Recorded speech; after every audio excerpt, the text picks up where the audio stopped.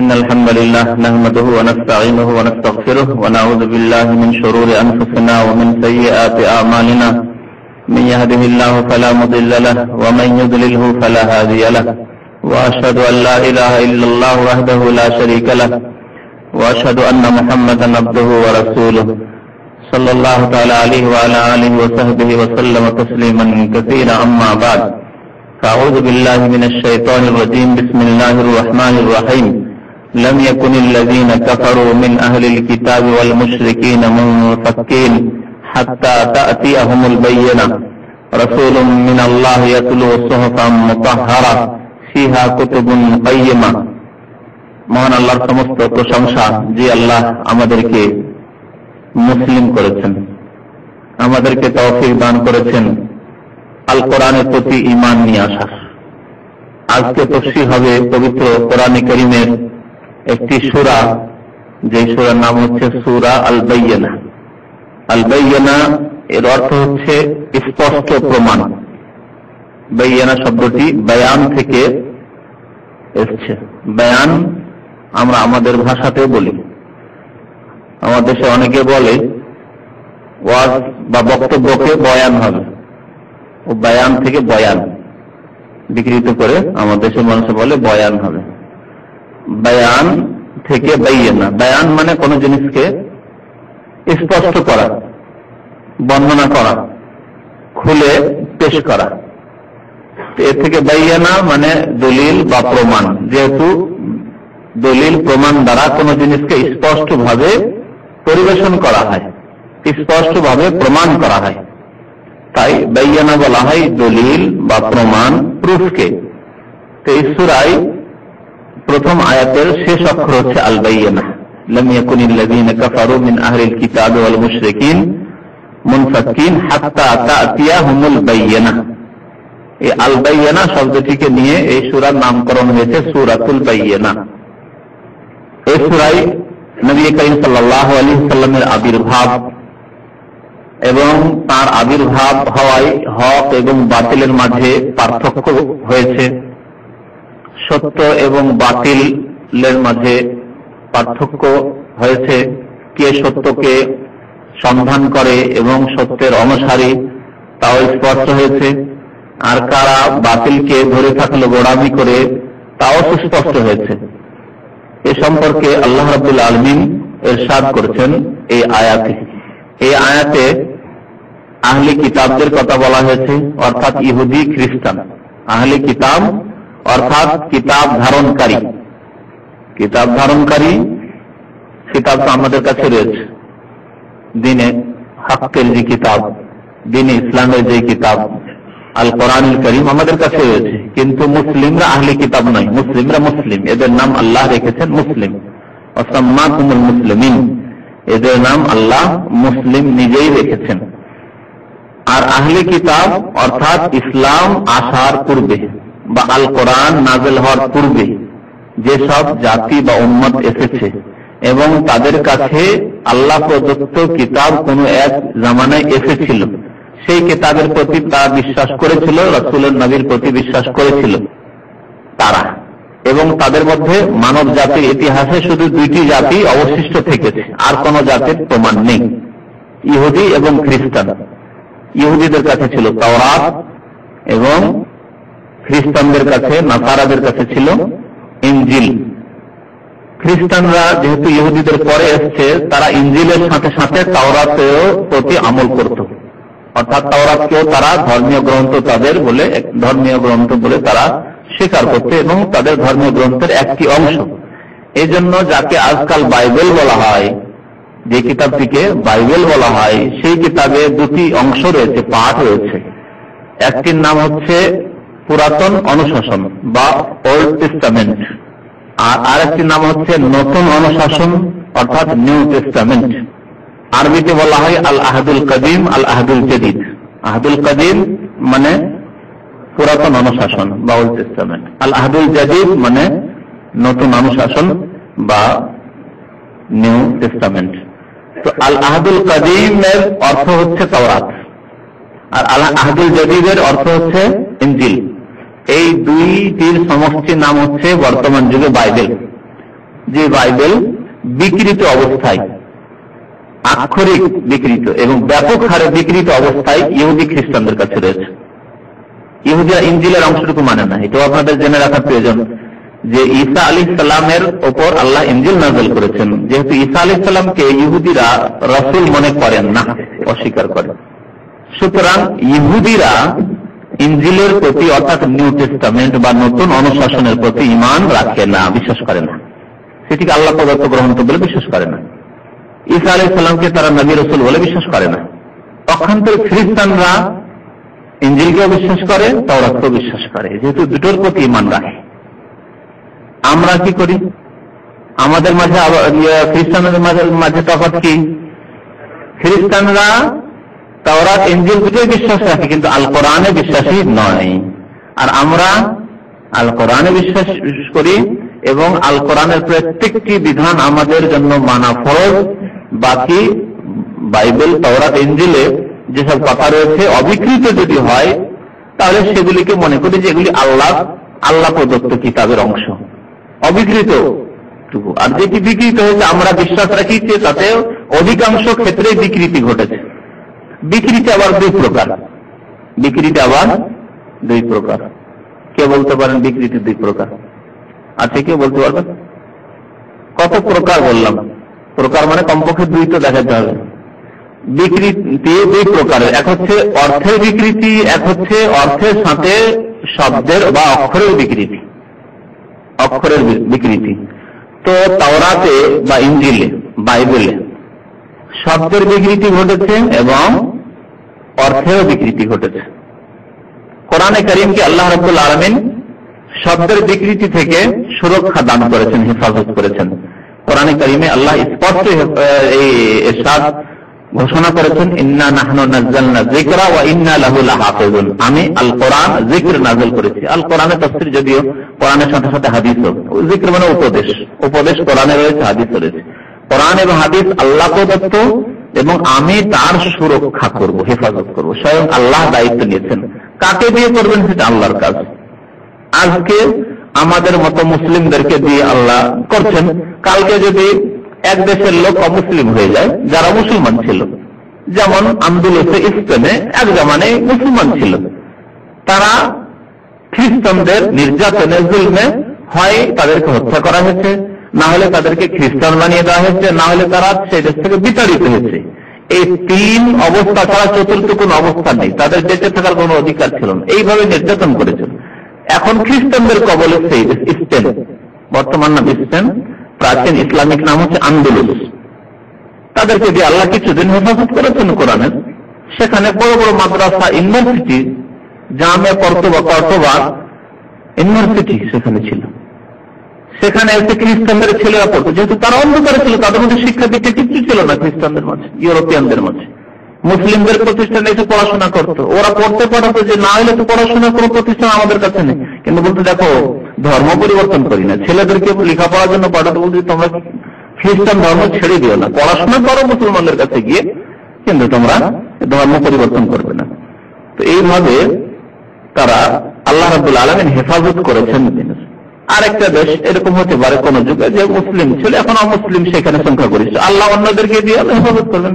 কাফেরদেরকে মুসলমান বানিয়ে তাদের মাধ্যমে আল্লাহ হেফাজত করবেন। আজকে দেখেন ইউরোপ, আমেরিকায় অনেক মুসলমান হচ্ছে, আর যেসব মুসলমান এই বংশগত আমাদের মতো মুসলমান যেহেতু অনেক ভালো।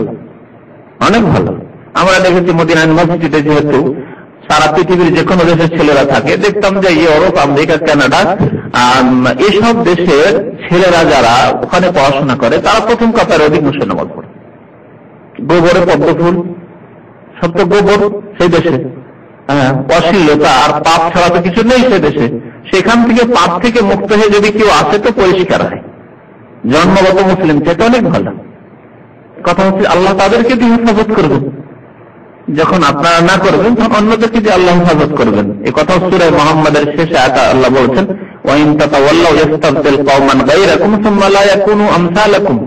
তোমরা যদি ইসলাম বিমুখ হয়ে যাও, ফিরে যাও, নামাজ পড়ছে না, জাতিগত মুসলমান অথচ নামাজ পড়ে না, দিনের পাবন্দি করে না, হালাল হারাম বেঁচে চলে না, সৎ জীবন যাপন করে না, তোমরা যদি ইসলাম থেকে ফিরে যাও, ইস্তাবদিল কওমান গায়রাকুম, তোমাদেরকে বাদ দিয়ে আল্লাহ অন্য একটা জাতিকে নিয়ে আসবেন। তোমাদেরকে বাদ দিয়ে আল্লাহ অনেকটা জাতি নিয়ে আসবেন, তাদেরকে মুসলমান করবেন, খাঁটি মুসলমান করবেন। তারপরে তারা তোমাদের মতো অবাঞ্ছিত হবে না, জাতিতে মুসলমান এইরকম মুসলমান হবে না, কাজে কর্মে মুসলমান, আকীদায় বিশ্বাসে কাজে কর্মে মুসলমান হবে। অনেক মুজাহিদিনরা আছেন ইউরোপে, আমেরিকার তারা নাগরিক, তারা এসে এই কাফেরদের বিরুদ্ধে জিহাদে অংশ নিচ্ছেন। আফগানিস্তান থেকে শুরু করে এই ইতিহাস মজুদ রয়েছে। তারা কলমা পড়ে মুসলমান হয়ে ইসলামে জানতে পারে জিহাদ আল্লাহ ফরজ করেছেন জালেমদের বিরুদ্ধে। জালেমরা যখন এই রুশ জালেমরা যখন আফগানিস্তানে আক্রমণ করলো তখন এসে জিহাদে অংশ নিয়েছে। আবার এই জালেমরা যে আক্রমণ করেছে মুসলিম দেশের উপরে, তারা জিহাদে অংশ নিচ্ছে। অথচ জাতিগত মুসলমান আমরা ঘরে বসে আছি।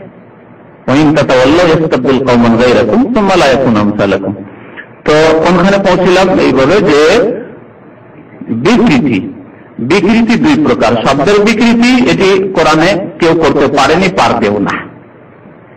হাদিসে জাল, যদিও জাল হাদিসগুলোর মধ্যে চেষ্টা করেছে একজন লোকেরা, কিন্তু তাও করতে পারেনি, হাদিসেও পারেনি। যেহেতু মুহাদ্দিসিন কেরামরা জাল হাদিসগুলিকে স্পষ্ট করে আলাদা করে দিয়েছেন, নির্ণয় করে দিয়েছেন যে এগুলি জাল হাদিস। যাদের কাছে আল্লাহ জ্ঞান দিয়েছেন, হাদিসের পণ্ডিত দিয়েছেন, তারা বুঝে যে কোনগুলি জাল হাদিস বা জয়ীফ দুর্বল হাদিস। তাহলে ইসলামে শব্দের পরিবর্তন করতে পারেনি ইসলামের শত্রুরা, কিন্তু অর্থের পরিবর্তন করেছে।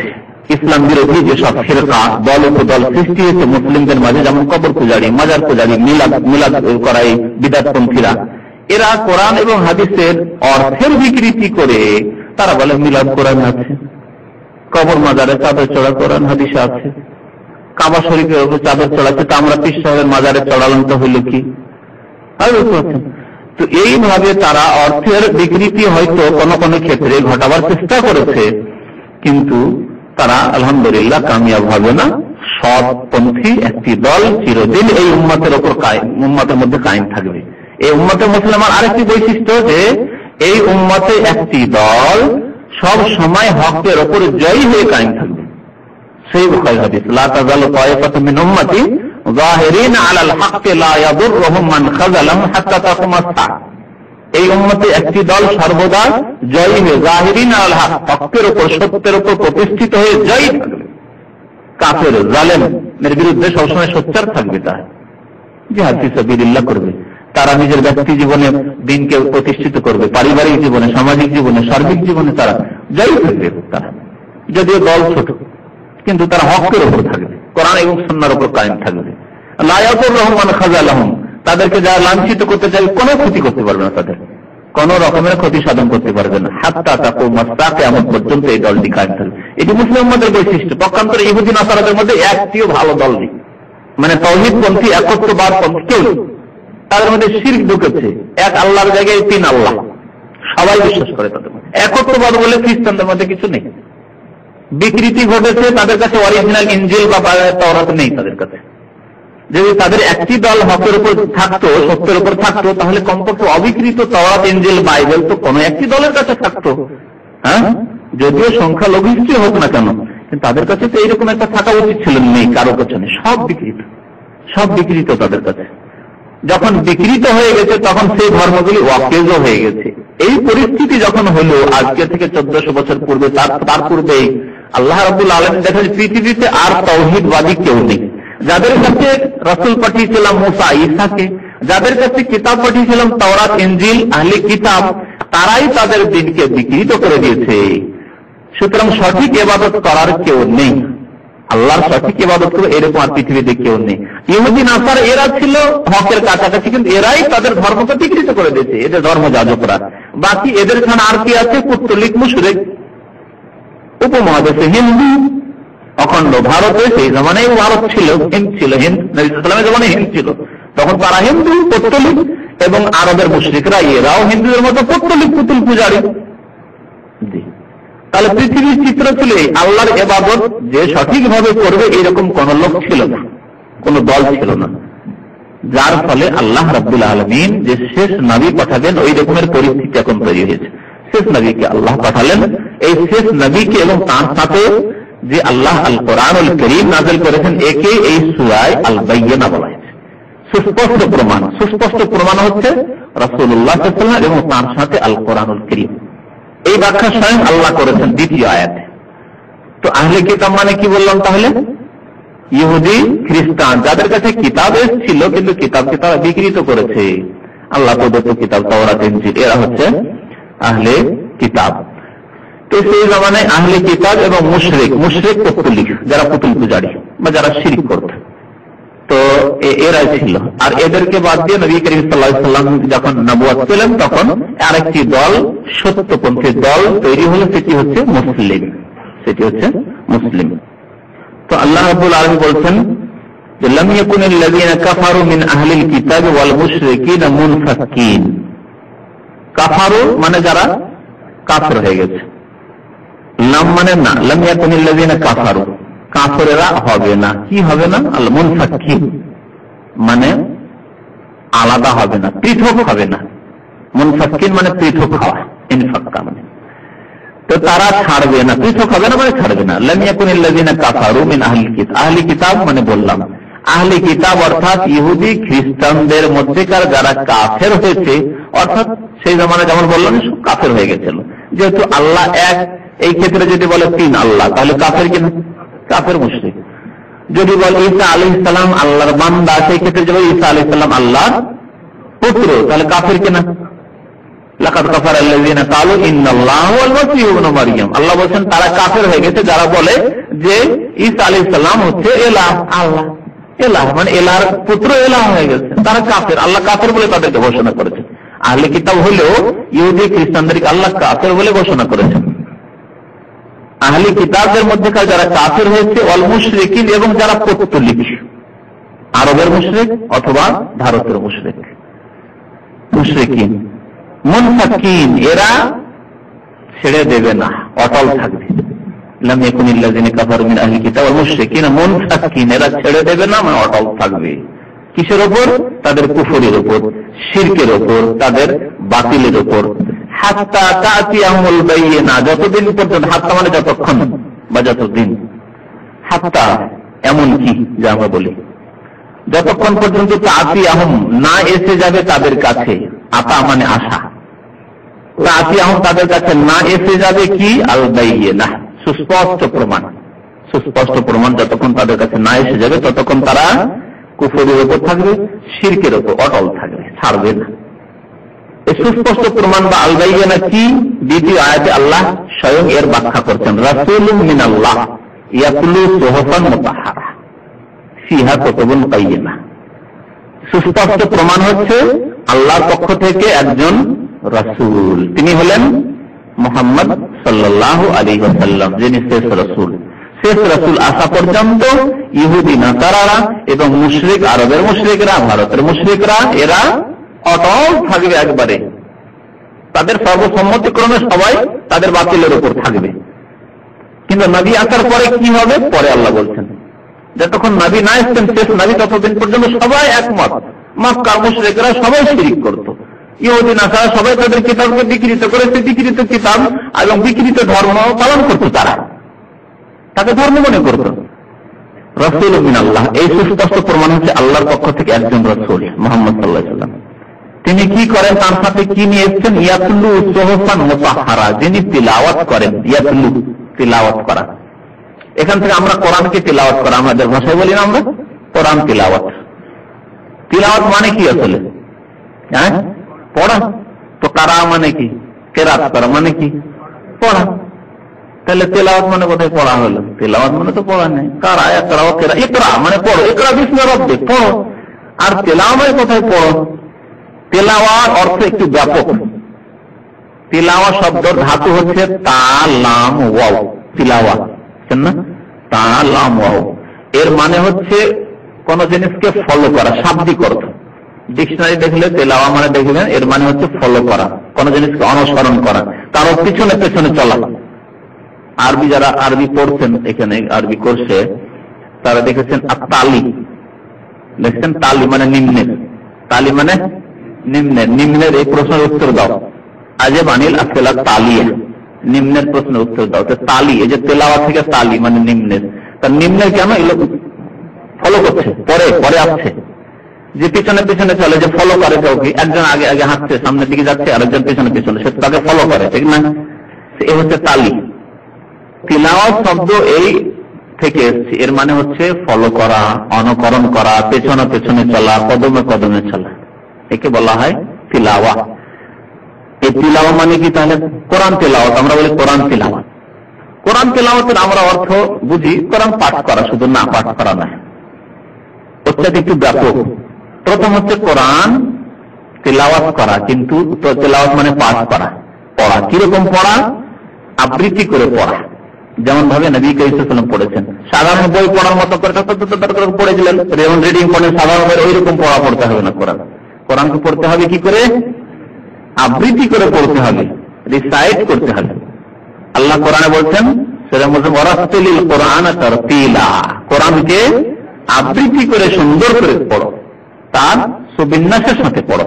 ওয়ারাতিলিল কোরআনা তারতিলা, এর ব্যাখ্যা নবী করিম সাল্লাল্লাহু আলাইহি ওয়াসাল্লাম নিজের তেলাওয়াতের মাধ্যমে করেছেন। সাহাবীরা বর্ণনা করেছেন যে কানা কিরাতু রাসূলিল্লাহ সাল্লাল্লাহু আলাইহি ওয়াসাল্লাম কোরআনে হারফান হারফান, নবী করিম সাল্লাল্লাহু আলাইহি ওয়াসাল্লাম এক একটি অক্ষর করে স্পষ্ট করে তেলাওয়াত করতেন। এই আয়াতও ইনদা কুল্লি আয়া, এবং প্রত্যেক আয়াতে তিনি থামতেন। আলহামদুলিল্লাহি রাব্বিল আলামিন আর রহমানির রহিম, থামতেন স্পষ্ট এক একটি অক্ষর। আর আমাদের দেশে যেমন ওই রমজান মাসে তারাবিহ পড়ে আলহামদুলিল্লাহ আলমিন মালিক ইয়াউমিদ্দিন ইয়াকামু লিকুন ইসতানি আবান মুস্তামিআত আল্লাযিনা আনজালা মিনাল মাকতুবি মুদাল্লিন, না এই তেলাওয়াত নাই, এই তেলাওয়াত নাই, এই জায়েজ না এইভাবে কোরআন তেলাওয়াত করা। আর ওই বক্সানোর ক্ষেত্রে এরকম পড়ে যে কোরআন ভাগ করে নিতে, পাঁচ পারা ছয় পারা ভাগ, আর সারা দিনে শেষ করতেই হবে, যেহেতু মৃতকে বক্সাতে হবে, খেতে দেবে ভালো ভালো। তো এই যে ব্যবসা, এও তেলাওয়াত নাই। প্রথম কথা, এ তো ভাড়াতে, এই জন্য এবাদত নাই, এবাদত নাই তো কোনো সওয়াব নেই। কোরআন তেলাওয়াত এবাদত কেন? আর এবাদতে যদি পয়সা না হয় তো এবাদত হবে? হ্যাঁ, না ভাড়া হবে? ভাড়া হলে নাকি পাবে না, দুনিয়ার ভাড়া দিলেন, দুনিয়া পেলেন। তাহলে কেউ যদি বলে ঠিক আছে তোমার বাবার জন্য আমি নামাজ পড়েছে, আচ্ছা যারা এই কোরআন খানি করায় মরার নামে, তাদেরকে আমি একটা প্রশ্ন করি, আমরা নামাজ পড়তে কেন লাগান না? আমার বাবা মারা গেছে, কত যে নামাজ ছুটেছে, তো এই হুজুরদেরকে, গরিব হুজুরদেরকে আমার দেশে লাগিয়ে দিবেন। যারা এই ব্যবসা করে তাদেরকে বলছি আর কি, যারা এই বিদাতি ব্যবসা করে, কোরআন খানির ব্যবসা, শুধু কোরআন খানি কেন, যে বাবা মসজিদে নামাজ পড়ো, আজকে সারা রাতটা নামাজ পড়ো, আর তোমাদেরকে 500 টাকা দেবো, যত রাকাত হিসাবে করে নেন। হ্যাঁ, যে 2 রাকাত নামাজ পড়লে 10 টাকা করে দেবো, 20 টাকা করে, 50 টাকা করে দেবো। হ্যাঁ, ঠিক আছে করেন। আর এই নামাজ পড়ে সওয়াবটা বক্সে দাও, বক্সে দাও বলে না, বক্সে দাও মানে কি? দান করে দেওয়া। এই জন্য ঘুষকে আজকাল বকশিস বলা হয়, শুনেছেন? ঘুষকে কি বলে? বকশিস, মানে দিয়ে দেওয়া হইলে গেলে, সেজন্য ওখান থেকে ওই বক্সা শব্দটি এসেছে। অনেকে বুঝে না যে কি বা বকশিল, কি বকশিল, সওয়াব বকশিল, যে আমি যে কোরআন পাঠ করলাম এই নেকিটা তোমার বাবাকে বকশে দিলাম, মানে দিয়ে দিলাম, বকশিস করে দিলাম, বুঝছেন? তো কোরআন যেমন বকশিস করছেন কোরআনের নেকি, তেমন ওই রাকাত হিসাবে পার রাকাত একটা ফিক্স করে এত টাকা দেবো আর নেবো, আর এইভাবে সব পৌঁছান। এটা কেন করেন না? যদি বলেন এর প্রমাণ নেই, তাই বলবো কোরআন পাঠেরও প্রমাণ নেই। এর উত্তর দিতে হবে যারা এই কাজ করান বা যারা করেন তাদেরকে এই প্রশ্ন। যদি বলেন যে এই যে রাকাত পার রাকাত এত টাকা করে দিয়ে নামাজ পড়ার প্রমাণ নেই, সেই জন্য করি না, আমি বলবো তাহলে কোরআন পড়ারও এরকম প্রমাণ নেই যে কোরআন পড়ে বক্সাবেন, আর কোরআন পড়লে ভালো ভালো খেতে দিতে হবে, সন্ধ্যাবেলা আল্লাহর রাস্তায় টাকা দান করো, ওই টাকা পয়সা আপনাদেরকে দেওয়া হবে, এটাও নেই কোথাও। তাহলে যদি ওই নামাজ পড়া পার রাকাত হিসেবে পয়সা নিয়ে যদি ছেড়ে দেন, তো এটাও ছাড়তে হবে। ওটি যদি বিদাত, সেটিও বিদাত। ওতে যদি সওয়াব না থাকে, যেহেতু নামাজ আল্লাহর জন্য হলো না, পয়সার জন্য, হ্যাঁ পার রাকাত 10 টাকা, সেজন্য নামাজ পড়লেন, তো নামাজ সওয়াব হবে না। ঠিক তেমনি আপনার এই কোরআন তেলাওয়াত সওয়াব, যেহেতু কোরআন তেলাওয়াত ইবাদত, যেমন নামাজ ইবাদত। কি বলছিলাম? ইয়াকুল্লু তেলাওয়াত, নবী করিম সাল্লাল্লাহু আলাইহি ওয়াসাল্লাম তেলাওয়াতের একটি অর্থ হচ্ছে আবৃত্তি করে পড়া, থেমে থেমে সুন্দর করে পড়া, স্পষ্ট করে, যাতে যে পড়ছে সে বুঝতে পারে যে আমি কি পড়লাম, উদ্দেশ্য, আর যে ব্যক্তি শুনছে সেও বুঝতে পারে যে কি পড়া হলো। সে যদি সেই ভাষা বোঝে তো সুন্দরভাবে বুঝতে পারে, সে ভাষা না বোঝে তো কমপক্ষে বোঝে যে আল্লাহর কিতাব কত সুন্দর, তার তিলাওয়াত কত সুন্দর, অলংকার কত সুন্দর লাগে, মজা লাগে, এইভাবে তেলাওয়াত করতে হয়। নবী সাল্লাল্লাহু আলাইহি ওয়াসাল্লাম যায়্যানুল কোরআন বিআসওয়াতিকুম, তোমাদের আওয়াজ ভয়েস দিয়ে কোরআনকে অলংকৃত করো, এটি হাদিস। তোমাদের ভয়েস দিয়ে, আওয়াজ দিয়ে কোরআনকে কি করো? অলংকৃত করো। যায়্যানু, জিনত, জিনত কাকে বলে? হ্যাঁ, সাজসজ্জিত করো। কেমন করে সাজসজ্জিত হবে? আওয়াজ দিয়ে। আমাদের দেশে যে 20 রাকাত তারাবি পড়াই কোরআন কি সাজসজ্জিত করা হয় কোরআনকে? বলুন দেখি, মোটেই না। আর এখানে শুনেছেন তো তারাবি নিশ্চয়ই সাজসজ্জিত করে পড়া হয়, সুন্দর করে পড়া হয়। আটি পড়েন আর জাজ পড়েন, কিন্তু সুন্দর করে পড়া হয়। তো কথা হচ্ছে যে তেলাওয়াতের প্রথম কাজ হচ্ছে এইভাবে তেলাওয়াতকে আমরা পাঠ করা। দ্বিতীয় কাজ হচ্ছে যে তেলাওয়াতের যেহেতু শাব্দিক অর্থ হচ্ছে কি ফলো করা বা অনুসরণ করা, সুতরাং যা কিছু পড়বেন কোরআন আল্লাহর কিতাব থেকে তা ফলো করতে হবে, অনুসরণ করতে হবে, মানতে হবে, বাস্তবায়িত করতে হবে। পড়েই যাচ্ছেন তেলাওয়াত, আকিমুস সালাত ওয়া আতুজ যাকাত, আকিমুস সালাত ওয়া আতুজ যাকাত 82-83 বার কোরআনে, আর নামাজেরই পাবন্দি করছেন না। হ্যাঁ, বাবাকে শুধু জান্নাত পাঠানোর জন্য আকিমুস সালাত ওয়া আতুজ যাকাত পড়ালেন, হুজুরদেরকে মোল্লাদেরকে দিয়ে আর বক্সাবেন, কিন্তু আকিমুস সালাত ওয়া আতুজ যাকাতের উপর আমল করছেন না। তেলাওয়াত হলো না। নবী কারীম শুধু কোরআনের পাঠ করেননি, বরং কোরআনের বাস্তবায়ন করেছেন। যখনই কোরআন নাযিল হয়েছে তার বাস্তবায়ন করেছেন। কত কষ্ট হয়েছে নামাজ পড়তে, ওটার ভরি চাপিয়ে দেওয়া হয়েছে সেজদার অবস্থায়, সেজদার থেকে উঠতে পারছেন না। তারপরেও এই আশঙ্কা যে না নামাজ পড়া যাবে না, এখানে নামাজ পড়লে অসুবিধা আছে, থাক নামাজটা পরেই পড়বো, থাক এখন সেটা নামাজ পড়েছেন। রাসূলুল্লাহ সাল্লাল্লাহু আলাইহি ওয়াসাল্লামের মিশন হচ্ছে ইয়াতুলু সুহুফান, তিনি তিলাওয়াত করবেন। সুহুফান সাহিফাতুনের বহুবচন, সাহিফা মানে পুস্তিকা, ছোট ছোট পুস্তিকাকে সাহিফা বলা হয়। সুহুফ মানে বিভিন্ন পুস্তিকা নিয়ে একটা যে বড় পুস্তক তৈরি হয় বিভিন্ন অংশ নিয়ে, সে হচ্ছে সুহুফ। তো আর মুতাহহারা মানে পবিত্র, যাকে পবিত্র রাখা হয়েছে বা করা হয়েছে। আল্লাহ রাব্বুল আলামিন কোরআনে কারীমকে পবিত্র রেখেছেন, পবিত্র করেছেন এবং পবিত্র রেখেছেন।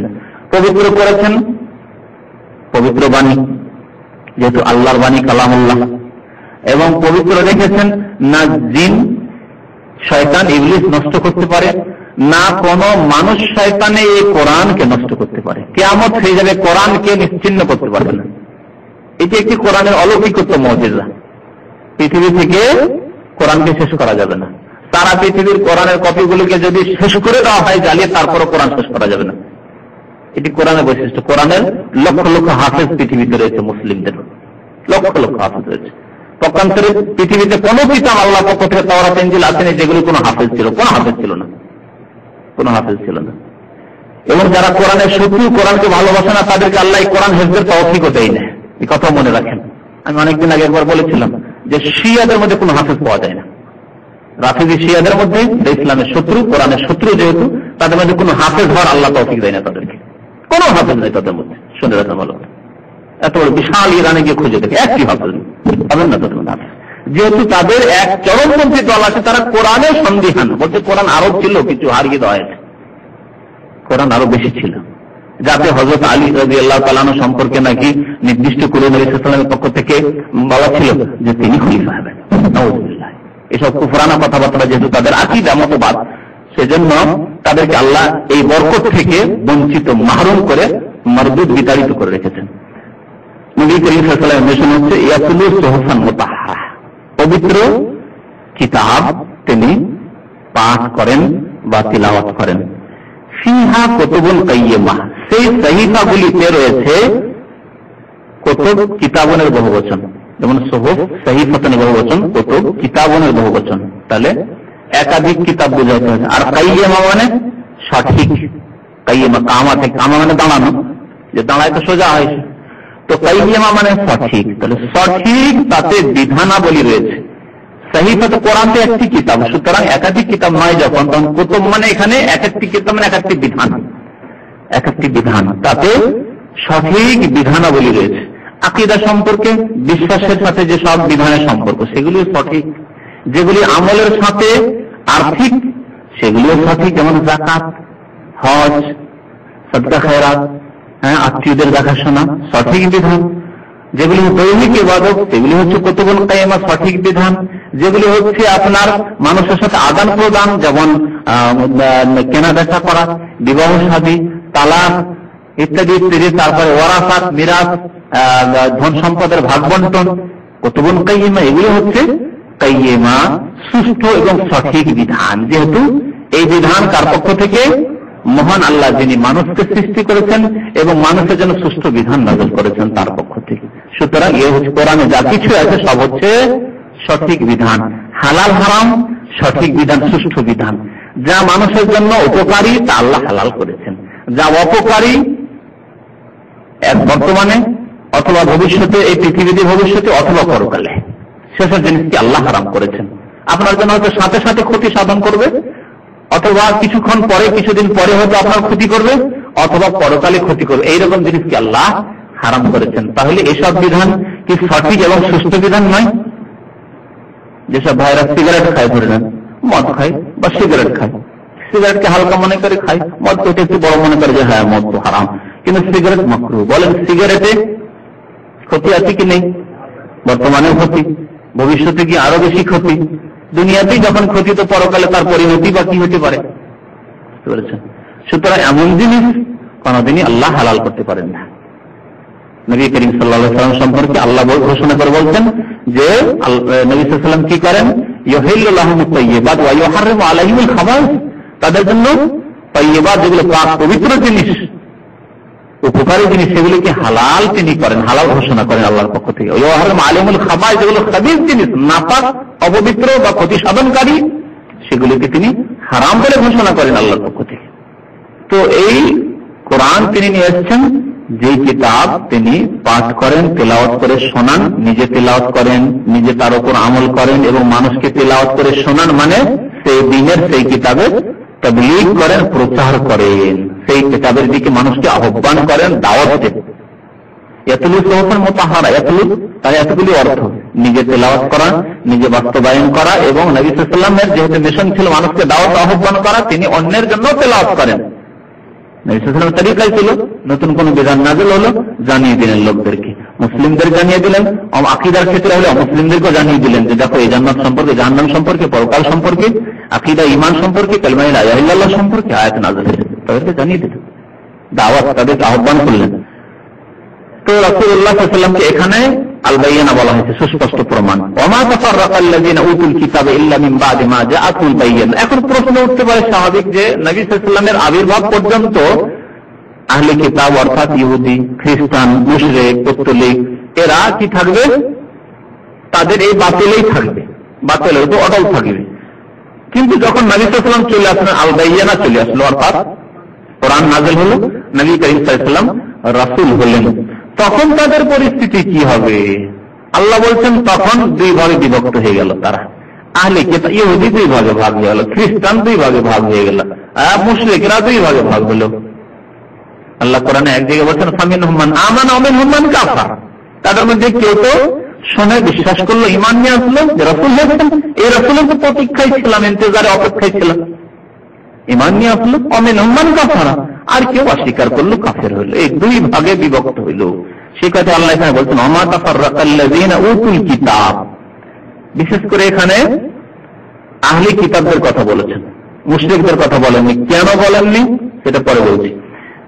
আল্লাহ বলছেন তাফাররাকা মানে বিচ্ছিন্ন হওয়া। এখান থেকে ফিরকা, দল উপদলকে যারা বিচ্ছিন্নতা করে বা দল সৃষ্টি করে, এগুলোকে ফিরকা বলা হয়।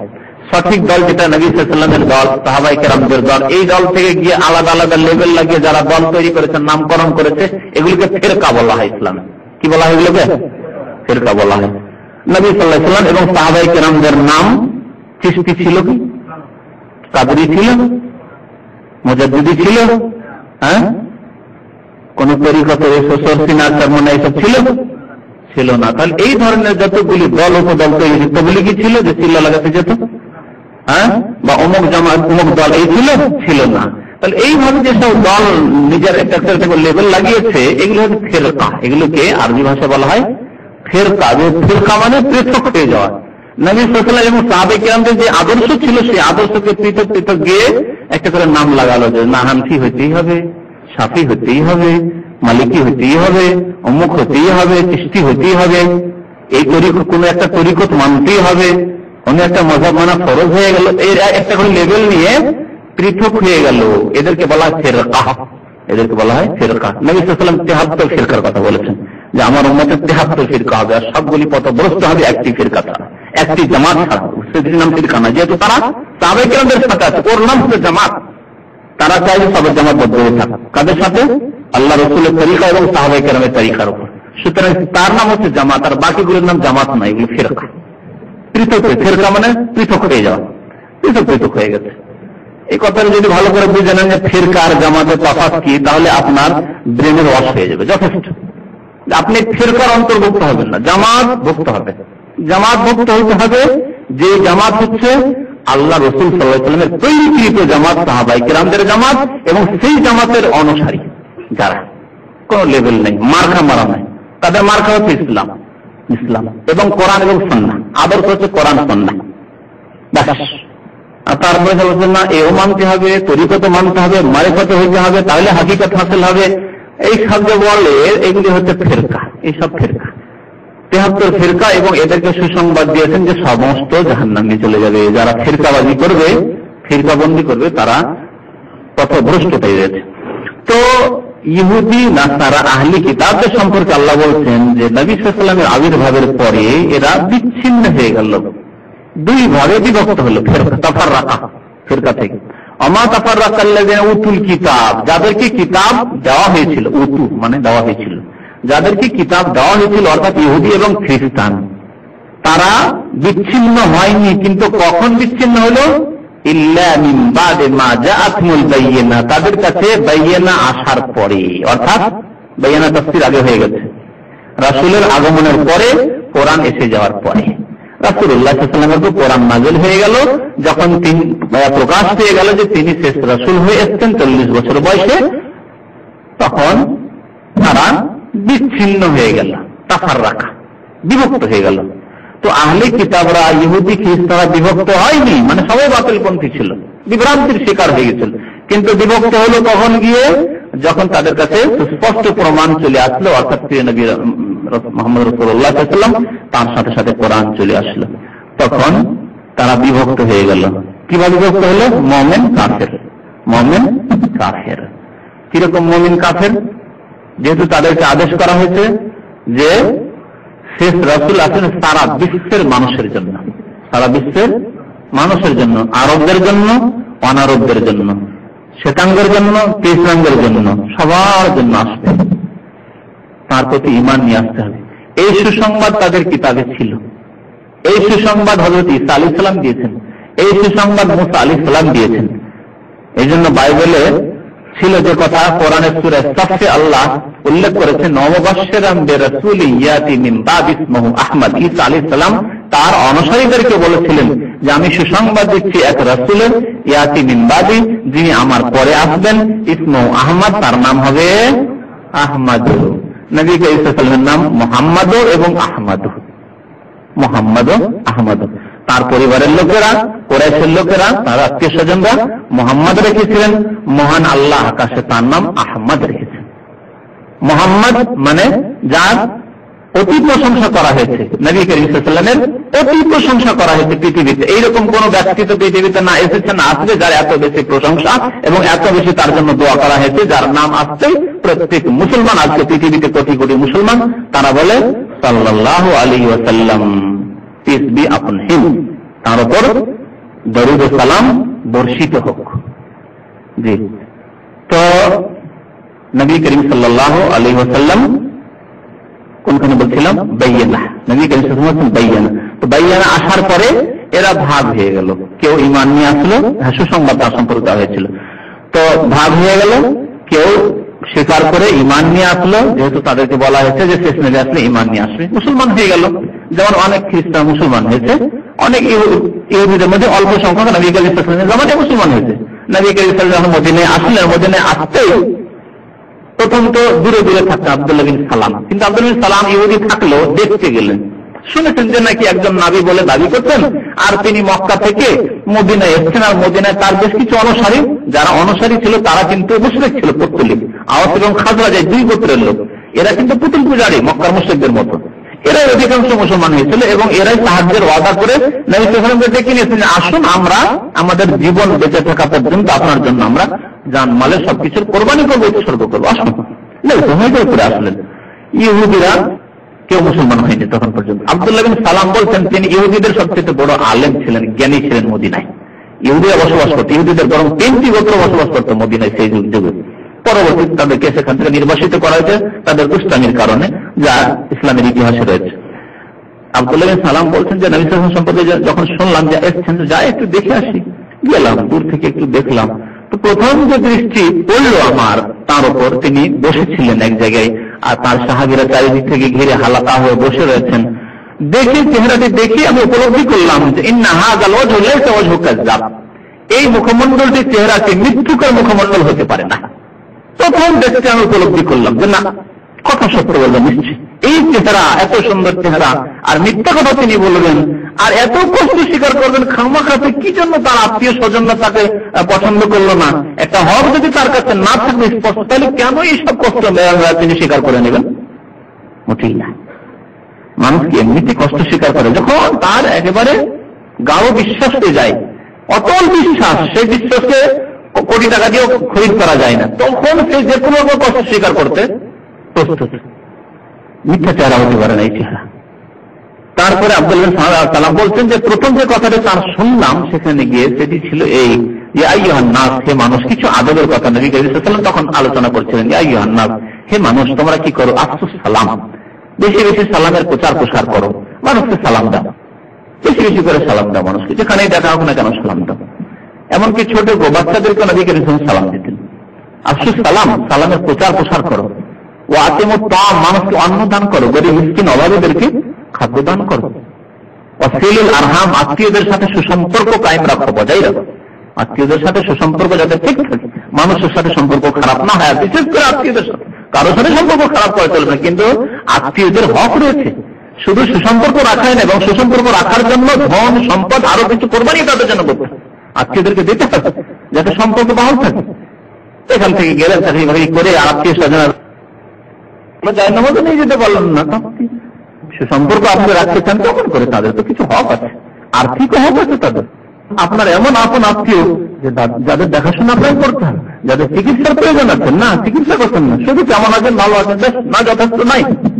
সিলুল আরহাম, আত্মীয়তা যাদের সাথে সম্পর্ক রয়েছে সে সম্পর্ককে অটুট রাখবে। আর কি? ওয়াসাল্লু বিল-লাইলি ওয়ান-নাস নিয়াম, যখন রাত্রে মানুষেরা ঘুমিয়ে থাকে তখন তোমরা কি করবে? তাহাজ্জুদের নামাজ পড়বে। তাহাজ্জুদের নামাজ পড়ে ফরজ তো পড়তেই হবে। এই আদেশ হচ্ছে কার জন্য? স্পেশাল লোকদের জন্য। স্পেশাল যারা হইতে চাও, কিছু স্পেশালিটি রাখতে চাও, বিশেষ বৈশিষ্ট্য রাখতে চাও, আল্লাহর নৈকট্য এইভাবে হাসিল করতে চাও, সাধারণ ভাবে, সাধারণ বান্দা নয়, খাস বান্দা হতে চাও, তাহলে সাল্লু বিল-লাইলি ওয়ান-নাস নিয়াম, মানুষ যখন নিয়াম থাকবে, ঘুমিয়ে থাকবে, তখন তোমরা নামাজ পড়ো, তাহাজ্জুদ পড়ো আল্লাহর সাথে। একাকী যখন সম্পর্ক হবে তখন স্পেশাল এক সম্পর্ক হবে, তোমার ইমানও স্পেশাল হবে, তোমার আমল স্পেশাল হবে। সাল্লু বিল-লাইলি ওয়ান-নাস নিয়াম। তারপরে কি বললেন নবী সাল্লাল্লাহু আলাইহি ওয়াসাল্লাম? তাদখুলুল জান্নাতা বিসালাম, তাহলে সহি সালামতে জান্নাতে প্রবেশ করবে। কত সুন্দর দিন। এই কথাগুলি শুনে অত্যন্ত প্রভাবিত হলেন আব্দুল্লাহ বিন সালাম। তারপরে পরে মুসলমান হয়ে গেলেন, কালেমা লা ইলাহা ইল্লাল্লাহ শাহাদাতে মুসলমান হয়ে গেলেন। কিন্তু অধিকাংশ ইহুদিরা মুসলমান হলো না, মাত্র কয়েকজন ইহুদি মুসলমান হয়েছিল, অধিকাংশ ইহুদিরা মুসলমান হয়নি। খ্রিস্টানদের মধ্যে এরকম, খ্রিস্টান মদিনায় ছিল না, কিন্তু আশেপাশে যে এলাকা খ্রিস্টান ছিল, কিছু খ্রিস্টান মুসলমান হয়েছে। যেমন আদি বিন হাতেম খ্রিস্টান ছিলেন, খ্রিস্টান থেকে ইসলাম গ্রহণ করেছিলেন। তারপরে নাজরান, বর্তমানে সৌদি আরবের মধ্যে নাজরান একটি শহর, এই নাজরান এলাকাতে কিছু খ্রিস্টান বসবাস করতো, তাদের কিছু লোক মুসলমান হয়েছেন, কিছু হননি, পরে তারা মুসলমান হয়েছে।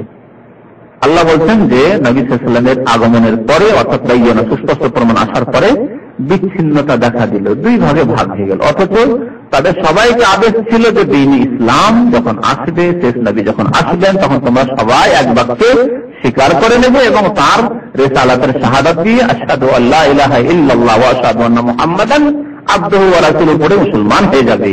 তারা বিচ্ছিন্নতা করে দিল, সবাই ইসলাম গ্রহণ করলো না। আহলে কিতাবদের কথাই শুধু বললেন, মুশরিকদের কথা কেন বললেন না? বলতে চেয়েছি, মুশরিকদের কথা এই জন্য বললেন না যে নবী করিম সাল্লাল্লাহু আলাইহি ওয়াসাল্লামের আশেপাশে যে সব মুশরিকরা, পৌত্তলিকরা ছিল, তারা সবাই মুসলমান হয়ে গেছিল প্রায়। নবী সাল্লাল্লাহু আলাইহি ওয়াসাল্লামের জীবদ্দশার সাথে শিরক সাফ হয়ে গেছিল মক্কা মদিনার আশপাশ থেকে।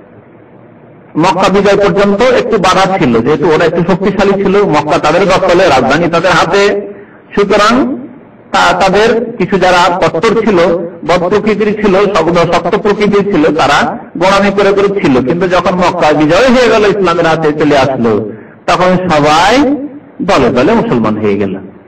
একটা দুটো চারটা করে মুসলমান হতো, একটি পরিবার দুটি পরিবার করে মুসলমান হতো। কিন্তু মক্কা বিজয়ের পরে কি হলো? আল্লাহ সূরা নাসরে বলছেন, ইযা জাআ নাসরুল্লাহ ওয়াল ফাতহ ওয়া রাআইতান নাসা ইয়াদখুলুনা ফি দীনিল্লাহি আফওয়াজা। বিজয় আসার পরে ইয়াদখুলুনা ফি দীনিল্লাহ, মানুষদেরকে তুমি দেখবে যে তারা আল্লাহর জন্য প্রবেশ করছে আফওয়াজান, মানে দলে দলে, এক একটি বংশ, একসাথে 1000 লোক, 2000 লোক, 5000 লোক, গোটা মক্কাবাসী একসাথে সে কলমা পড়ে মুসলমান হয়ে গেল।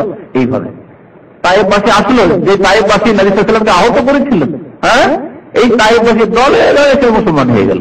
তো মুশরিক যারা পত্তলিক ছিল তারা প্রায় সবাই মুসলমান হয়ে গেছিল, কেউ আর অবশিষ্ট থেকে যায়নি। এজন্য তাদের কথা বলা হয় যে তারা বিচ্ছিন্নতা করেছিল, বরং তারা মুসলমান হয়ে গেছিল।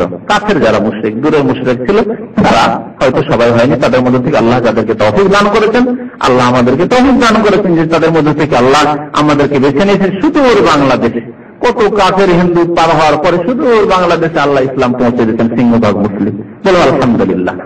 পাকিস্তান অধিকাংশ মুসলিম, আরো বেশি চলে যান, আরো বাংলাদেশ থেকে আরো কত দূরে, ইন্দোনেশিয়া, মালয়েশিয়া চলে যান, আপনি বরুণাই চলে যান, অধিকাংশ মুসলমান।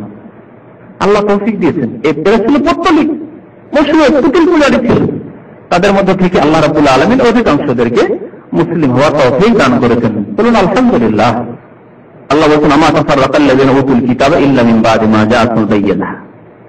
তারা বিচ্ছিন্নতা সৃষ্টি করলো, অথচ আল্লাহ কি আদেশ করেছিলেন? ওয়ামা উমিরু ইল্লা লিয়াবুদুল্লাহ মুখলিসিনা লাহুদ্দীন হুনাফা। অথচ তাদেরকে আদেশ করা হয়েছিল, অথচ ইহুদি খ্রিস্টানদেরকে, সারা বিশ্বের মানুষকে আদেশ করা হয়েছিল যে তারা শুধুমাত্র আল্লাহর ইবাদত করবে, ইল্লা লিয়াবুদুল্লাহ, শুধুমাত্র আল্লাহর ইবাদত করবে, মুখলিসিনা লাহুদ্দীন, তার জন্য দ্বীনকে নির্ভেজাল করে, খালিস করে, ভেজাল মুক্ত করে, আনুগত্য একমাত্র আল্লাহর। দিন মানে আনুগত্য হয়, আর দিন মানে দিন, পুরো দিন হয়, যে দিন মানে ধর্ম যেটা আমরা বলি। তো পুরো দিনকে আল্লাহর জন্য নির্ভেজাল করে দেবে, নিজের আনুগত্যকে আল্লাহর জন্য একবার নির্ভেজাল করে একমাত্র আল্লাহর আনুগত্য করবে। সার্বিক ক্ষেত্রে কি করণীয় কি বর্জনীয়, এই ক্ষেত্রে আল্লাহ যা বলেছেন, রাসূল যা বলেছেন, আর কিছু জানে না। এই হচ্ছে আদেশ, এইভাবে ইবাদত করতে হবে। নামাজ কেমন ভাবে পড়তে হবে? যেমন ভাবে আল্লাহ শিখিয়েছেন, তার রাসূল শিখিয়েছেন। রোজা কেমন করে রাখতে হবে? যেমন ভাবে রাসূলুল্লাহ সাল্লাল্লাহু আলাইহি ওয়াসাল্লাম আল্লাহর পক্ষ থেকে শিখিয়েছেন। যাকাত কেমন ভাবে দিতে হবে, কি পরিমাণ দিতে হবে, যেমন ভাবে আল্লাহ এবং তার রাসূল বলেছেন, ইত্যাদি ইত্যাদি। ইল্লা লিয়াবুদুল্লাহ মুখলিসিনা লাহুদ্দীন। এবং এই দিনকে, এই ইবাদতকে, এই আনুগত্যকে আল্লাহর জন্য খালিস করতে হবে, মানে আল্লাহ ছাড়া অন্যের আনুগত্য করা বা অন্যের সামনে সিজদা করা, অন্যের সামনে দোয়া করা, অন্যের কাছে আরাধনা উপাসনা করা, অন্যের দরবারে ধর্ণা দেওয়া, যেমন কবর মাজারে যারা ধর্ণা দেয়, না না না, এটি হচ্ছে দিনের পরিপন্থী কাজ, দিন বিরোধী কাজ, দিন বিরোধী কাজ, ইখলাসের পরিপন্থী। ইখলাস মানে নিষ্ঠার সাথে একমাত্র আল্লাহর জন্য দিনকে কায়েম করা, মুখলিসিনা লাহুদ্দীন হুনাফা, একগ্র চিত্তে একমাত্র আল্লাহর জন্য। হুনাফা হানিফের বহুবচন, হানিফের বহুবচন হচ্ছে হুনাফা, একগ্র চিত্তে। ওয়ায়ুকিমুস সালাহ, এবং আদেশ কি করা হয়েছে? সালাত কায়েম করবে, নামাজ কায়েম, এও আদেশ করা হয়েছে। ওয়ায়ুতুজ যাকাত, যাকাত প্রদান করবে, এই আদেশ করা হয়েছে। সুতরাং কেউ যদি শুধু জাতিগত মুসলমান হয় আর সালাত কায়েম না করে, মুসলমান হতে পারলো না। এই জন্য তো বেনামাজিকে কাফের বলে আখ্যায়িত করা হয়েছে হাদিসকে, যে ব্যক্তি নামাজ না পড়ে ফরজ নামাজ মুসলমান থাকতে পারে না। প্রমাণ কি? আপনার অন্তরে ইসলাম আছে না আছে কেমন করে বুঝবো? আপনাকে মসজিদে যদি 5 ওয়াক্ত দেখতে পাই, তাহলে বুঝবো যে হ্যাঁ আপনি মুসলমান, না হলে আপনি মুনাফিক, আপনার অন্তরে ইসলাম নেই, আপনি হয়তো মুসলমান ঘরে জন্মগ্রহণ করেছেন, এই মাত্র। জি, এই জন্য কমের পক্ষে মুসলিম বলে প্রমাণ করার জন্য নিজেকে মসজিদে হাজির হয়ে 5 ওয়াক্ত নামাজ পড়তে হয়। 5 ওয়াক্ত 17 রাকাত নামাজ পড়তে হবে, কমের 17 রাকাত 5 ওয়াক্ত নামাজ পড়তে, কম পক্ষে মুসলমান হওয়ার জন্য এটি হচ্ছে প্রমাণ। যেমন একটা কোর্টে গিয়ে আপনি নিজের কেস নিয়ে গেছেন, আপনি বাদী বা আসামি, তো আপনাকে কমপক্ষে কয়টা সাক্ষী নিয়ে যেতে হবে? 2টো সাক্ষী নিয়ে যেতে হবে। যদি সাক্ষী না থাকে 2টো জিততে পারবেন? পারবেন না, আপনি জিততে।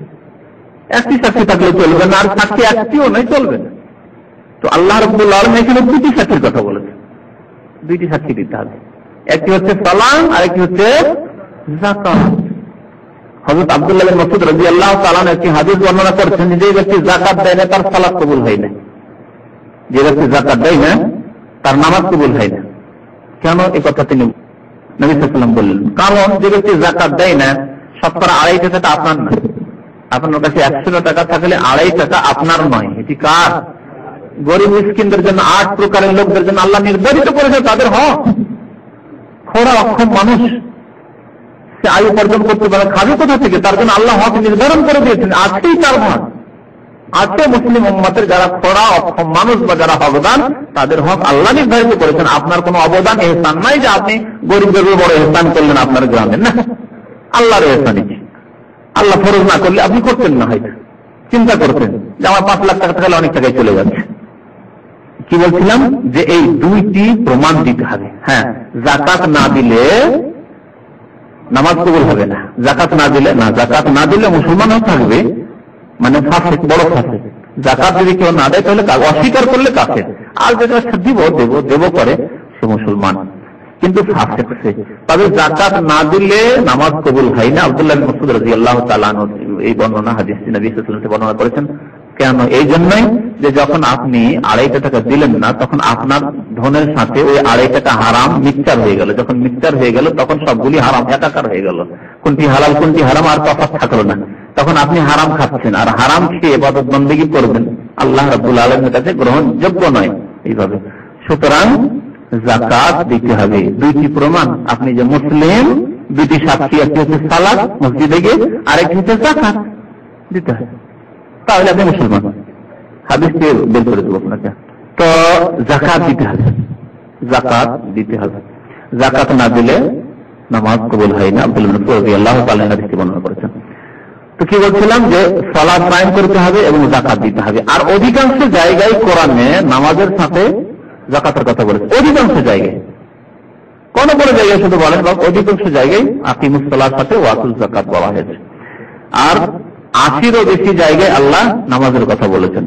সুতরাং আপনি একটি আদেশ যদি আল্লাহ লঙ্ঘন করেন, তাহলে আপনার ঈমান থাকবে কিনা, আপনি মুসলিম হয়ে মুক্তি পাবেন কিনা চিন্তা করেন। আর আপনি এতবার আল্লাহ আদেশ করলেন, তারপর উপেক্ষা করেই যাচ্ছেন আর বলছেন আমি মুসলমান। কেমন করে মুসলমান? প্রমাণ করলেন না, মনে আছে আপনি? আপনার মধ্যে কপটতা রয়েছে। এটি হচ্ছে সঠিক দিন। সঠিক দিন কি? যে একমাত্র আল্লাহর ইবাদত করবে, শিরক করবে না, শিরক মুক্ত মুসলমান হবে। না আকীদায় শিরক, না কথায় শিরক, না আমলে কাজে করবে শিরক। আর সালাত কায়েম করবে, যাকাত দেবে, এই হচ্ছে সঠিক দিন। এগুলি যে কায়েম করলো, বাকিগুলো তখন কায়েম করবে, হারাম থেকে বেঁচে থাকবে, আর বাকি যেসব ফরজ ওয়াজিবাত রয়েছে সেগুলি করবে। একজন মানুষ যদি 5 ওয়াক্ত নামাজের পাবন হয়, জামাত সহ মসজিদে গিয়ে নামাজ পড়ে, যেহেতু মসজিদে নামাজ পড়তে হবে ওয়াজিব, আর যাকাতও দেয়, তাহলে সে ব্যক্তি হজ করবে না এমন হতে পারে না। আমার দেশের মানুষেরা হজের জন্য পাগল থাকে। যাকাত না দিলেও অনেকে যাকাত দিতে পারেন, যাকাত দেওয়ার সামর্থ্য নেই, তারপর হজের জন্য পাগল, হজে যেতেই হবে, জমি জায়গায় বিক্রি করেও হজে আসে। তাহলে হজের চাহিদা অনেক বেশি মানুষের মধ্যে আছে। অলস কোথায়? নামাজে অলস, অথবা অনেক বেনামাজি হজ করতে আসে, আসে না? অনেক বেনামাজি হজ করতে আসে, এখান থেকে অনেকে যাচ্ছে বেনামাজি হজ করে এসে আবার বেনামাজি। তাহলে নামাজটা বেশি ভারী মনে হচ্ছে, অথচ হজের পয়সাও লাগছে। এই জন্য আল্লাহ হজের কথা কেন বলেননি? রোজা আমাদের অনেকে রাখে, অনেক বেনামাজি রোজা রাখে। হ্যাঁ, অনেক বেনামাজি মহিলা, অনেক বেনামাজি তারা রোজা রাখে আমাদের দেশে সমাজে। রোজা ছাড়ছে না, বুঝতে পারছেন? রোজা ছাড়ছে না, যে নামাজ না পড়ো। নামাজ পড়ে আমাদের রোজার দিনে কিরকম নামাজ? ওই তারাবির নামাজটা। ভ্রান্ত কিছু ধারণা আছে যে তারাবিটা না পড়লে রোজা হবে না, তো রোজাটাকে তো হওয়াতে হবে, ওই জন্য তারাবি পড়ে। আর ইফতার করলে এখন কি করে নামাজ না পড়ে? তো মাগরিবটা পড়তে যায়, অনেকে দেখা যায় যে মাগরিব আর এশাটা পড়ে, তারাবিটা পড়তে হবে, এই জন্য এশা পড়ে আর মাগরিবটা পড়ে, যে এখন ইফতার করলাম তো যাই মাগরিবটা পড়ি। এই 2 নামাজ পড়ে রমজান মাসে, আর রমজান শেষ হলে শেষ। তো সালাত এবং যাকাত যারা কায়েম করে নেবে, তারা বাকি আর কটি ফরজ থাকছে? তাওহীদ হয়ে গেল, মুখলিসিনা লাহুদ্দিন, কালিমা লা ইলাহা ইল্লাল্লাহ, আর তারপরে সালাত হয়ে গেল, যাকাত হয়ে গেল, আর বাকি থাকে 2টি, রোজা আর হজ। যেমন বললাম যে রোজা হজ করবেই মানুষ, যারা যাকাত দেবে আর নামাজ পড়ে 5 ওয়াক্ত, অবশ্যই রোজা হজ করবে। ওয়াযালিকা দীনুল কাইয়্যিম, এই জন্য আল্লাহ বলেন এটি হচ্ছে সঠিক দিন, এই হচ্ছে সঠিক দিন। তারপরে আল্লাহ রাব্বুল আলামিন এখন পরিণতি বর্ণনা করছেন কাদের? যারা বিচ্ছিন্ন হলো সঠিক দিন থেকে, নবী করিম সাল্লাল্লাহু আলাইহি ওয়াসাল্লামের অর্থাৎ আল বাইয়িনার আগমনের পরে, কোরআন এসে যাওয়ার পরে যারা কুফরির পথ অবলম্বন করলো, অস্বীকার করলো, তাদের পরিণতি কি? তাদের কথা প্রথম বর্ণনা করেছেন। তারপরে যখন কাফেরদের এই পরিণতি, তাহলে যারা ইসলাম গ্রহণ করলো, আহলি কিতাবদের মধ্যে তো ইহুদি খ্রিস্টান থেকে মুসলমান হয়ে গেল, অথবা পৌত্তলিক মুশরিক ছিল সে মুসলমান হয়ে গেল, তার বা কি পরিণতি, তার জন্য আল্লাহ কি প্রতিফল রেখেছেন, জাযা রেখেছেন, প্রতিদান রেখেছেন, তাও আল্লাহ বর্ণনা করে এই সূরার সমাপ্তি করেছেন। তো মহান আল্লাহ ইরশাদ করেছেন, ইন্নাল্লাযীনা কাফারু মিন আহলিল কিতাব ওয়াল মুশরিকিনা ফী নারি জাহান্নাম খালিদিনা ফীহা উলাইকা হুম শাররুল বারিয়াহ। নিশ্চয়ই আল্লাযীনা কাফারু, যারা কাফের হয়ে গেল, কুফরি করল, অস্বীকার করলো, মুহাম্মদ সাল্লাল্লাহু আলাইহি ওয়াসাল্লামকে আমরা রাসূল মানতে পারি না, কোরআনে আমরা বিশ্বাস করতে পারি না। মিন আহলিল কিতাব, সে আহলি কিতাব হোক, ইহুদি খ্রিস্টান হোক, ওয়াল মুশরিকিন বা মুশরিক পৌত্তলিক হোক, যেমন আবু জাহল, আবু লাহাব, এইরকম যারা কাফের কুফরের অবস্থায় যারা মারা গেছে, ফি নারে জাহান্নামা, তাদের পরিণতি কি? জাহান্নামের আগুনে তারা অবস্থান করবে, খালিদিনা ফিহা, সেখানে তারা চিরকাল থাকবে, স্থায়ী হবে। উলাইকা হুম শাররুল বারিয়া, এবং এরাই হচ্ছে শাররুল মানে নিকৃষ্ট, খারাপ, আর বারিয়া মানে সৃষ্টি। তারা পৃথিবীর যত সৃষ্টি রয়েছে সৃষ্টির অধম, সমস্ত সৃষ্টির মধ্যে নিকৃষ্ট সৃষ্টি। আল্লাহু আকবার, নিকৃষ্ট সৃষ্টি। নিজের কল্পনার জগতে কল্পনা করেন তো যে পৃথিবীতে সবচাইতে নিকৃষ্ট সৃষ্টি কি হতে পারে, বলেন দেখি কে একজন। নিকৃষ্ট সৃষ্টি শুকর, পায়খানার মধ্যে যে পোকাগুলো হয়ে যায় মনে করেন, তাই না? এই ধরনের এরকম অনেক উদাহরণ আছে। শুকর, কুকুর বা আপনার পায়খানার ওই পোকা, এসব পোকা। তো এই পোকার চাইতেও, পায়খানার পোকার চাইতেও, কুকুর চাইতেও, শুকুর চাইতেও নিকৃষ্ট কে? ওই মানুষ, যে মানুষ আল্লাহর প্রতি বিশ্বাস রাখে না, পরকালের প্রতি বিশ্বাস রাখে না, রাসূলের প্রতি, মুহাম্মদ সাল্লাল্লাহু আলাইহি ওয়াসাল্লামের রিসালাতে বিশ্বাসী হলো না, কোরআনের বিধানের প্রতি বিশ্বাসী হলো না। উলাইকা হুম শাররুল বারিয়া, বারিয়া মানে সৃষ্টি, মাখলুকাত, সৃষ্টি জগৎ। তো সমস্ত সৃষ্টি জগতের অধম হচ্ছে, বা সৃষ্টি জগতের মধ্যে সর্বনিকৃষ্ট হচ্ছে ইন্নাল্লাযীনা কাফারু, যারা কাফের। আহলে কিতাব যেন ইহুদি নাসারা কাফের হোক, অথবা মুশরিক পৌত্তলিক কাফের হোক, কবর পূজারী কাফের হোক, উলাইকা হুম শাররুল বারিয়া, এরা হচ্ছে সৃষ্টির অধম। এই জন্য কোরআন কারিমে আরো কয়েক জায়গায় বলা হয়েছে এইরকম কাফেরদের কথা, উলাইকা কাল আনআম, এরা হচ্ছে চতুষ্পদ জন্তুর মতো। চতুষ্পদ জন্তু তো অনেক ভালো, চতুষ্পদ জন্তু চাইতে নিকৃষ্ট অনেক জীব আছে। এই জন্য আল্লাহ তারপরে বলছেন যে শুধু কাল আনআম নয়, বাল হুম আযাল, বরং এর চাইতেও নিকৃষ্ট। আর আল্লাহ ইরশাদ করেছেন আরেকটি আয়াতে, ওয়াল্লাযীনা কাফারু ইয়াতামাত্তাউন, কাফেররা পৃথিবীতে ভোগ করে। কেমন ভাবে ভোগ করে? কামা ইয়াকুলুন, এবং ভক্ষণ করে, ভোগ করে, ভোগ বিলাস করে, কামা তাকুলুল আনআম, যেমন চতুষ্পদ জন্তু খায়। কোন চিন্তা নেই, তার মালিক খাওয়াতে খাচ্ছে, ঘোড়াকে পুষে পুষে পুষে মোটা করছে, তাজা করছে, তার মালিক খাচ্ছে, কোন চিন্তা? ঘোড়ার কোন চিন্তা আছে? যারা কুকুর আজকাল পোষে পশ্চিমারা, আর কুকুর যে আদর যত্ন করে, নিজের ছেলে মেয়ের চাইতেও বেশি, স্ত্রীর চাইতেও বেশি, মা বাবার চাইতেও বেশি করে না? কোন বাড়াবাড়ি কথা নাকি? এত সুন্দর আদর যত্নে রাখে, দুধে ভাতে খাওয়াই, যে ছেলে মেয়ে এত দুধে ভাতে খাওয়াই না, ছেলে মেয়েদের খুব খবর নাই না। এদের স্ত্রীরা ফ্যাক্টরিতে চাকরি করে, এক জায়গায় চাকরি করছে, আর স্বামী আরেক জায়গায় চাকরি করছে, আর ছেলে মেয়েকে দরজা বন্ধ করে দিয়ে চলে এসছে, কারো হাতে ছেড়ে দিয়ে চলে এসছে। মান্থলি যেখানে রাখার ব্যবস্থা আছে, ছেলে মেয়েদেরকে ওখানে রেখে চলে এসছে।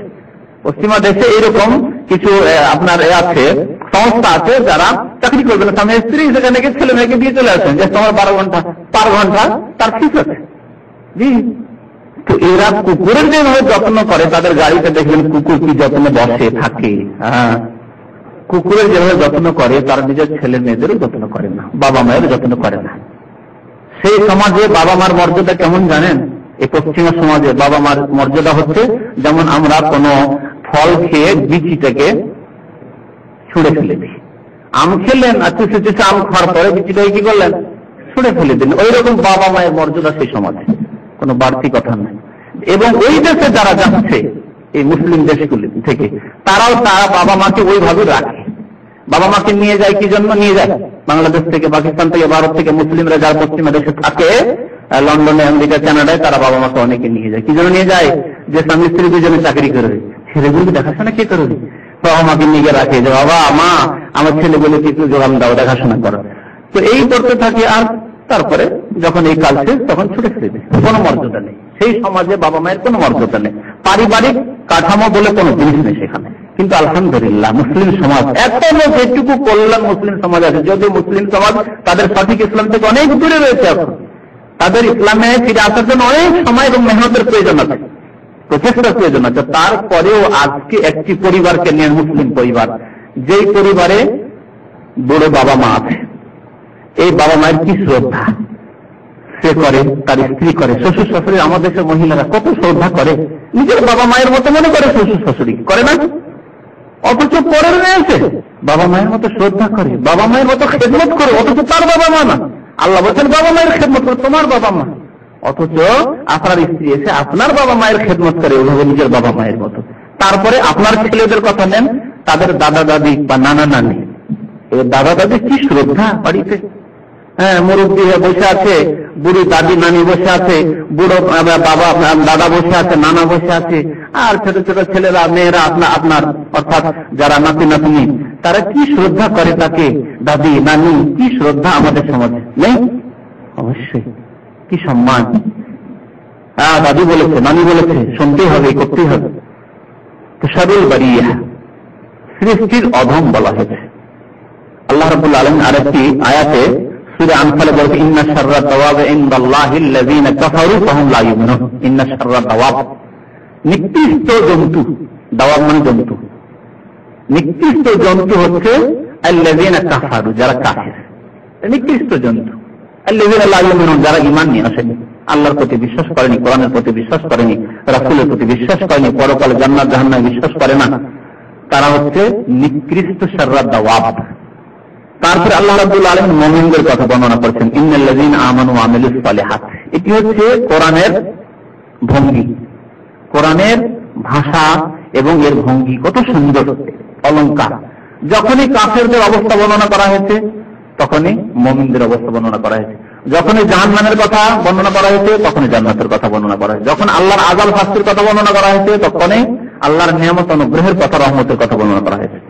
তো আল্লাহ বলেন, ইন্নাল্লাযীনা আমানু ওয়া আমিলুস সালিহাত, নিশ্চয় যারা ঈমান নিয়ে আসলো, বিশ্বাস করলো, বাস যথেষ্ট। কোন জায়গায় কোরআনে শুধু ঈমানের কথা বলা হয়নি, ঈমান মানে বিশ্বাস করা যথেষ্ট নয়, অর্থাৎ জাতিগত মুসলমান হওয়া যথেষ্ট নয়। ও আমিলুস সালিহাত, এবং সৎ কর্মগুলি করলো, শুধু একটি কর্ম নয়, সৎ কর্ম নয়, শুধু নামাজ পড়লো, শুধু রোজা করলো, শুধু যাকাত দিল, জীবনে একবার হজ করে নিল, বাস না। সালিহাত, সালেহের বহু বচন হচ্ছে সালিহাত, সৎ কর্মসমূহ সম্পাদন করলো, ও আমিলুস সালিহাত। তাহলে যে কোনো মানুষ যতক্ষণ পর্যন্ত ঈমানের পরে ভালো কাজগুলি, যেগুলিকে আল্লাহ এবং তার রাসূল ভালো বলেছেন, সেই কাজগুলি না করবে, হারাম কাজ থেকে বেঁচে থাকা ভালো কাজ, এটিও কাজ নাবাচক, কিন্তু হারাম কাজ থেকে বেঁচে থাকাও ভালো কাজ।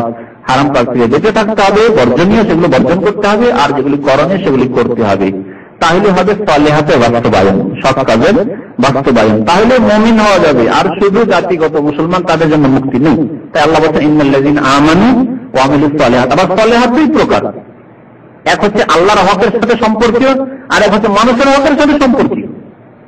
আল্লাহর হক অনেকে আদায় করে, কিন্তু মানুষের হক আদায় করে, মানুষের সাথে তার বিহার আচরণ ভালো না, লেবারদের উপর জুলুম করে, অথচ নামাজি মুসল্লি হতে পারে, এরকম স্ত্রীর উপর জুলুম করে, অথচ নামাজি মানুষ, ছেলে মেয়েদের লালন পালন করলো না, আদব কায়দা ইসলামিক ছিল না, অথচ নিজে তার জীবনে বেশ নামাজি মুসল্লি মানুষ অনেক আছে, মেয়ের পর্দা করে না, অথচ সে মুসল্লি, এরকম অনেক আছে আমাদের সমাজে।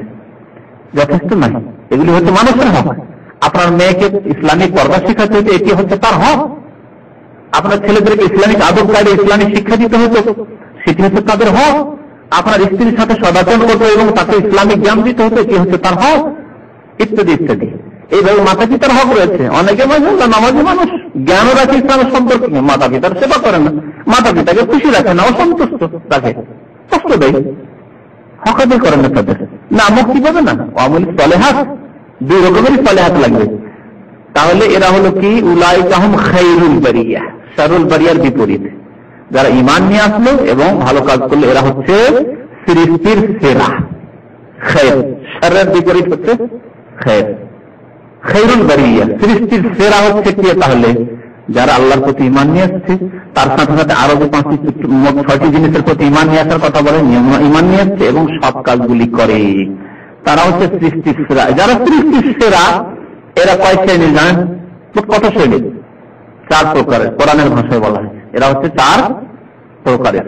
প্রথম হচ্ছে নবী এবং রাসূল। প্রথম হচ্ছে নবী এবং রাসূল, সৃষ্টির সেরা, খায়রুল বারিয়া। সবচেয়ে খায়রুল বারিয়া হচ্ছে নবী এবং রাসূল। নবী রাসূলদের মধ্যে আমাদের প্রিয় নবী মুহাম্মদ রাসূলুল্লাহ সাল্লাল্লাহু আলাইহি ওয়াসাল্লাম নবী রাসূলদের সেরা। তো খায়রুল বারিয়া হচ্ছে প্রথম স্তরে আম্বিয়া এবং রাসূলগণ। তারপরে হচ্ছে সিদ্দিকগণ, অর্থাৎ আর সিদ্দিকদের সেরা হচ্ছেন কে? যেমন নবী রাসূলদের সেরা মুহাম্মদ রাসূলুল্লাহ সাল্লাল্লাহু আলাইহি ওয়াসাল্লাম, তেমন সিদ্দিকিনদের সেরা হচ্ছেন আল্লাহর ওলি, আল্লাহর নেক বান্দাদের সেরা হচ্ছেন আবু বকর সিদ্দিক রাদিয়াল্লাহু তাআলা। আবু বকরকে সিদ্দিক উপাধি দেওয়া হয়েছে, এর মানে এই নয় যে ওমর সিদ্দিক নন বা হাজার হাজার সাহাবা, লক্ষ লক্ষ সাহাবা এরকম সিদ্দিক নন, তারা সবাই সিদ্দিক। সিদ্দিক প্রত্যেক জামানায় সিদ্দিক থাকবে, অত্যন্ত সত্যবাদী, যাদেরকে কোটি কোটি টাকা দিয়েও খরিদ করা যাবে না, তাদের ঈমানের কিঞ্চিত পরিমাণ খরিদ করে নিতে পারবে না। তবে তোমাকে 1 লাখ টাকা দেবো, কিন্তু তোমার দাড়ি রাখতে হবে না, 1 লাখ টাকা দিয়েও খরিদ করতে পারবেন না। কিন্তু আরেকজনকে দেখো, তোমার 500 রিয়াল বেতন 500 রিয়াল বা 300 রিয়াল, কিন্তু দাড়ি রাখা চলবে না। ওকে ওকে, অসুবিধা নেই, 300 রিয়াল অনেক, ঠিক না? এইরকম লোক আছে। তাহলে একটা উদাহরণ দিয়ে বললাম, এইরকম দিনের অনেক ক্ষেত্রে, ঠিক আছে, তুমি জামাতে নামাজ পড়তে যেতে পারবেন না, আজীবন ওই চাকরি করে যাচ্ছেন, কি করবো, জামাতে নামাজ পড়তে পারছেন, আজীবন আপনি ওই হাল্লাকের কাজ করছেন, বারবার শপে কত লোকের দাড়ি আপনি মুছে মুছে দিচ্ছেন, নিজে তো গুনাহ করছেন আর অনেককে গুনাহ করাচ্ছেন, আর তাদের জন্য গুনার পথ খুলে দিচ্ছেন।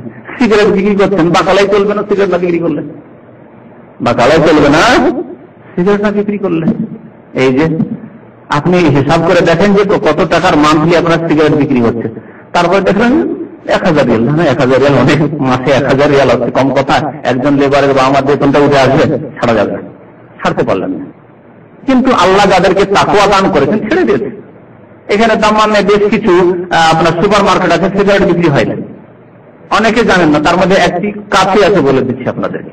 এবং প্রত্যেক মুসলিম দিনদারের উচিত যে এই সব দোকানের সাথে আদান প্রদান করবে, এইসব দোকান থেকে ক্রয় করবে। যারা দিনদার পরিষ্কার মানুষ, আল্লাহর ভয় শুধু সিগারেট রাখে না, নাহলে কত লোক সেখান থেকে সিগারেট কিনতে পারে। এই যে বিজিম্যান রয়েছে, এই যে জামা মসজিদের কাছে যে বিজিম্যান সেন্টার রয়েছে, সিগারেট খুঁজে দেখে পাবেন না। তারপরে বারবার শপের যত মানে যন্ত্রপাতি আছে, খুর বা ব্লেড বা এই ধরনের যেগুলো জিনিস, সেগুলি পাবেন না তাদের কাছে। সাবান পাবেন না, বিশেষ সাবান তারা ব্যবহার করে, তাই না? বিশেষ সাবান বারবার শপে ব্যবহার হয় নাপিতদের কাছে, ওই সাবান পাবেন না সেখানে। এই খবরটি কিছুদিন আগে আমি জানলাম এবং খুব খুশি হলাম। আরো বেশ কিছু এরকম সুপার মার্কেট রয়েছে। তো কাশিমে দেখতাম অনেক রয়েছে, কাশিমে বেশ কিছু বারবার শপ লিখা আছে যে এখানে দাড়ি সেভ করা হয় না। অথচ সে জানছে যে আমার লস, আর্থিক লস আছে, কিন্তু তাকে আর্থিক লসে খরিদ করে নিতে পারে, তার ইমানকে খরিদ করতে পারে। তো খায়রুল বারিয়া সিদ্দিকিন, প্রত্যেক জামানায় সিদ্দিকিনরা থাকবেন, দ্বিতীয় স্তর তাদের। তারপরে সোহাদা, শহীদগণ। এই যে শহীদগণ, শহীদ মানে কি? শহীদ মানে যারা আল্লাহ রাস্তায় জিহাদে গিয়ে শহীদ হয়েছেন, এরা হচ্ছে সর্বোত্তম শহীদ। বাকি অন্যান্য আরো শহীদ রয়েছে 7 প্রকারের বা তারও বেশি হতে পারে। তো এরাও শহীদ হুকুমের দিক দিয়ে, বিধানের দিক দিয়ে, মানে শহীদের মর্যাদা পাবেন।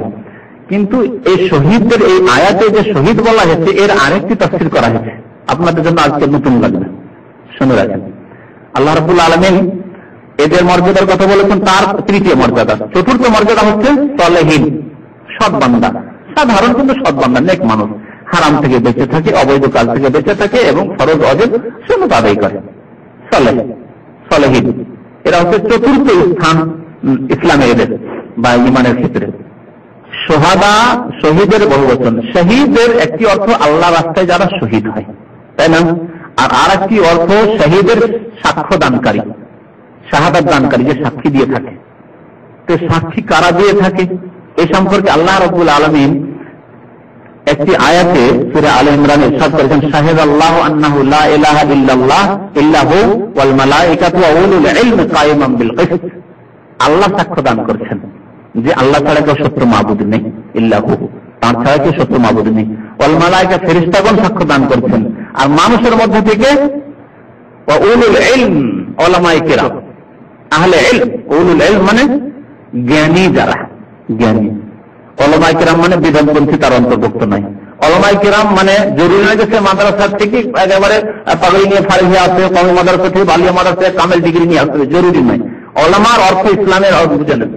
উলামা তো আমাদের ভাষায় সে আলেম, দেশি ভাষায় যে এটা মাদ্রাসা থেকে পাশ করলে সে আলেম হয়ে গেল, না না। আলেম মানে জ্ঞানী। কিসের জ্ঞানী? দিন ইসলাম সম্পর্কে, কোরআন এবং হাদিস সম্পর্কিত। কোরআন এবং হাদিস সম্পর্কে যেখান থেকে হোক না কেন সে জ্ঞান হাসিল করেছে, যথেষ্ট জ্ঞান হাসিল করেছে, যার মাধ্যমে সে নিজেকে বাঁচাতে পারে, নিজের পরিবারকে বাঁচাতে পারে, নিজের আপনজন আত্মীয়দেরকে বাঁচাতে পারে, মুসলিম সমাজকে দাওয়াত দিতে পারে সঠিক দিনের। এ হচ্ছে আলেম, উলুল ইলম। এদের মর্যাদা হচ্ছে তৃতীয় মর্যাদা। এদেরকে শাহাদা আল্লাহ কেন বলেছেন? শাহিদ আল্লাহ, সাক্ষ্য দান করেছেন আল্লাহ, ফেরেশতা এবং মানুষের মধ্যে থেকে উলুল ইলম, জ্ঞানীগণ, উলামায়ে কিরাম। তো যারা উলামায়ে হাক্কানি, উলামায়ে রাব্বানি, সৎ উলামায়ে কিরাম, কোরআন সুন্নাহর উপর যারা কায়েম, তাদেরও মর্যাদা রয়েছে কোরআনে। সুতরাং আল্লাহ রাব্বুল আলামিন যে এই চার প্রকারের কথা বর্ণনা করেছেন, ওমান ইউতিল্লাহ ওয়া রাসূলাহু ফাউলাইকা মা'আল্লাযিনা আন'আমা আল্লাহু আলাইহিম মিনান নাবিয়্যিনা ওয়াস সিদ্দিকিনা ওয়াশ শুহাদা'i ওয়াস সালিহিন, এই চার প্রকার লোকের কথা। এরা হচ্ছে সৎ লোক, এদের জন্য এরা হচ্ছে সৃষ্টির সেরা। তো সৃষ্টির সেরা খায়রুল বারিয়া, নবিয়্যিন ওয়াস সিদ্দিকিন ওয়াশ শুহাদা। তাহলে শুহাদার দুইটি তাফসীর মনে রাখবেন। এক হচ্ছে যারা আল্লাহর রাস্তায় নিজের জীবনকে কুরবানি করেছেন, শহীদ হয়েছেন, আর আরেক হচ্ছে উলামায়ে কিরাম, যাদেরকে আল্লাহ সঠিক দিনের জ্ঞান দান করেছেন এবং সেই সঠিক দিন পালনও করে বটে। এরকম না যে সঠিক দিনের জ্ঞান রয়েছে, কামেল পাস, ফার্স্ট ডিভিশন পাস, আমাদের দেশে অনেক আছে কামেল পাস, ফার্স্ট ডিভিশন পাস, আর হারাম কাজ করে, হারাম ব্যবসা করে, নয় হারাম কাজ করে। কওমি মাদ্রাসা ফারেগ হয়ে আসার পরে এখানে হারাম ব্যবসা করে, ভিসার ব্যবসা করে না, এরা তার অন্তর্ভুক্ত। এই ফজিলত তাদের জন্য নয়। ফজিলত কাদের জন্য? আমল ঠিক আছে, সালেহীন আর উপরন্ত উলুল ইলম। সালেহীন তো থাকতে হবে, যেহেতু চতুর্থ শ্রেণী হচ্ছে সালেহীন, সৎ লোক, সত্য হতেই হবে, আর তার উপরে ইসলামের জ্ঞান রয়েছে। এরা হচ্ছে তৃতীয় মর্যাদা দখলকারী। তারপরে সালেহীন, ওয়া হাসুনা উলাইকা রাফিকা। তারপর আল্লাহ রাব্বুল আলামিন বলেছেন জাযাউহুম, এদের প্রতিদান, আল্লাহ প্রতিদান দেন তাদেরকে, ইনদা রাব্বিহিম, তাদের পালনকর্তার নিকট, জান্নাতুল আদনিন, স্থায়ী জান্নাত। আদান মানে স্থায়ী। আমাদের দেশে মানুষরা জানে যে আদান একটি জান্নাতের নাম। আদান মানে আসলে স্থায়ী, মানে এমন জান্নাতে যাবে সেখানে স্থায়ী ভাবে থাকবে। জান্নাতুল আদনিন তাজরি মিন তাহতিহাল আনহার, সেই বাগান সমূহ বা সেই জান্নাতের নিম্ন দেশে নহর সমূহ বা ঝর্ণা সমূহ প্রবাহিত হবে। খালিদিন ফিহা, সেখানে চিরকাল থাকবে। আনহার আল্লাহ বলেছেন নহরের বহুবচন, নদী সমূহ বা নহর সমূহ বা ঝর্ণা সমূহ। এই ঝর্ণা বা নদী কয় রকমের নদী হবে? 4 রকমের নদী হবে। আল্লাহ রাব্বুল আলামিন কোরআনে তা বর্ণনা করেছেন। কিসের নদী হবে? পানির নদী হবে, আর মধুর নদী হবে, দুধের নদী হবে, আর শরাবের নদী হবে। কিন্তু সেই শরাবে মাতলামি হবে না। যে শরাব দুনিয়াতে এই হারাম শরাব খেয়ে মাতলামি করে, মস্তিষ্কের বিকৃতি ঘটে, বিবেক হারিয়ে ফেলে, তা হবে না। যে স্বাদ, নাম এবং স্বাদ, নাম এবং স্বাদ। আরেকটি কথা, এই মদের মতো স্বাদ নাই, এই পানির মতো স্বাদ নাই, এই মধুর মতো স্বাদ নাই, এই দুধের মতো স্বাদ নাই। এই কথা মনে রাখেন। ভাববেন না যে দুধ দেওয়া হবে, ও আমাদের বাড়িতে এত দুধ হয়, এত দুধ না।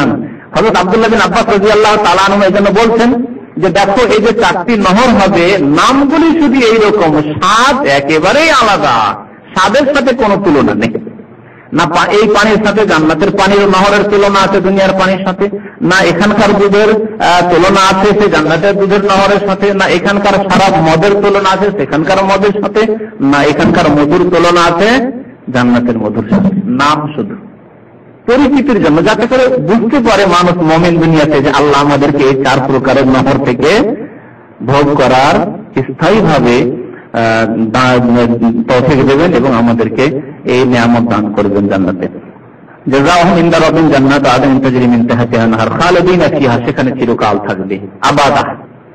আবাদা আল্লাহ বাড়িয়েছেন এখানে।